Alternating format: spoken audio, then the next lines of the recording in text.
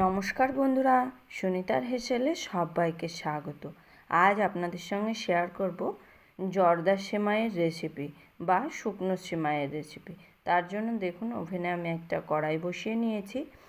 কড়াইতে দিয়ে দিয়েছি 1 চামচ পরিমাণে ঘি।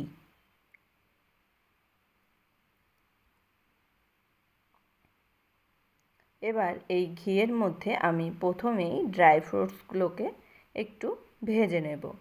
খুব বেশি ভাজবো না, হালকা লালচে কালার যখনই ধরবে তখনই আমি সমস্ত ফ্রুটসগুলোকে তুলে নেব। দেখুন, এখানে আমার ভাজা হয়ে গেছে। এবার সমস্ত ফ্রুটসগুলোকে আমি কিন্তু তুলে নেব।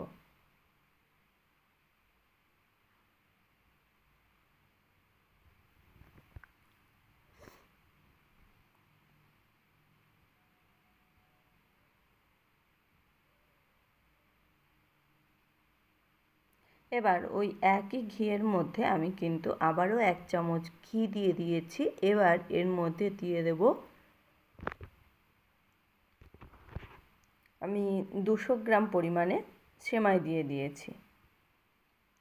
এবার এই ঘিয়ের সঙ্গে সেমাইটাকে কিন্তু খুব ভালো করে একটু ভেজে নিতে হবে। একবারে হালকা লালচে কালার করা পর্যন্ত আসা পর্যন্তই কিন্তু সেমাইটাকে ভেজে নিতে হবে। দেখুন, সেমাইটা কিন্তু খুব সুন্দর একটা সোনালি কালার চলে এসছে। এবার এর মধ্যে আমি দিয়ে দেবো 2টো এলাচ ফাটিয়ে নেওয়া। এবার খুব ভালো করে আবারও একটু মিশিয়ে নিয়ে এর মধ্যে আমি দিয়ে দেবো হাফ বাটি পরিমাণে দুধ। সব দুধটা কিন্তু একবারে আমি ব্যবহার করব না, এই দুধটাকে আমি কিন্তু দুবারে ব্যবহার করব। আপনারা কিন্তু দুধের পরিবর্তে জলটাও দিয়ে জর্দা সেমাইটা তৈরি করতে পারেন। সেক্ষেত্রে স্বাদের হালকা একটু হেরফের হতে পারে। দুধ দিয়ে করলে সেমাইয়ের স্বাদটা কিন্তু খুবই ভালো আসে। দেখুন, খুব ভালো করে দুধটা দিয়ে আবারও কিন্তু মিশিয়ে নিয়েছি। এবার এর মধ্যে কিন্তু আমি দিয়ে দেবো স্বাদ অনুযায়ী চিনি। এখানে আমি 200 গ্রাম সেমাইয়ের জন্য আমি এখানে 50 গ্রাম পরিমাণে আমি চিনিটা ব্যবহার করেছি। চিনিটা আপনারা আপনাদের স্বাদ অনুযায়ী কিন্তু ব্যবহার করবেন। খুব ভালো করে আবারও একটু মিশিয়ে নেব চিনি দেওয়ার পরে।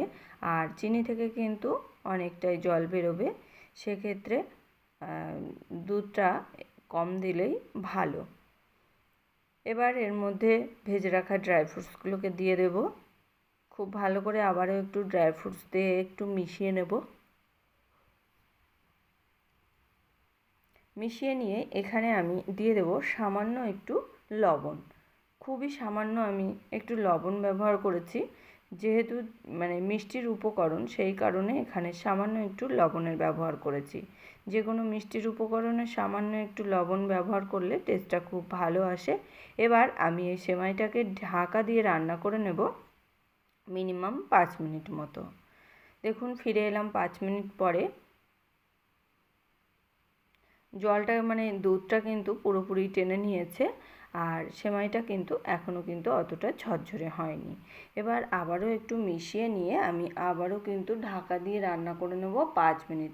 এই সেমাই রান্না করতে কিন্তু খুব বেশি সময় লাগে না, আর খুব তাড়াতাড়ি কিন্তু রান্না হয়ে যায়।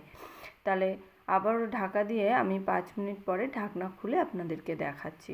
দেখুন, সেমাইটা কিন্তু খুবই ঝরঝরে হয়েছে, আর দেখুন খুবই ঝরঝরে হয়েছে, একটার গায়ে একটা কিন্তু লেগে যায়নি। এই সেমাইটা যখন ঠান্ডা হবে তখন কিন্তু আরও ঝরঝরে হয়ে যাবে। তাহলে বন্ধুরা, তৈরি হয়ে গেল আমাদের কিন্তু জর্দা সেমাই। আমার এই জর্দা সেমাইয়ের রেসিপিটি আপনাদের কেমন লাগলো অবশ্যই কিন্তু কমেন্ট করে জানাবেন। যদি ভালো লেগে থাকে তাহলে একটা লাইক করবেন, আর সাবস্ক্রাইব করে পাশে থাকার অনুরোধ রইল।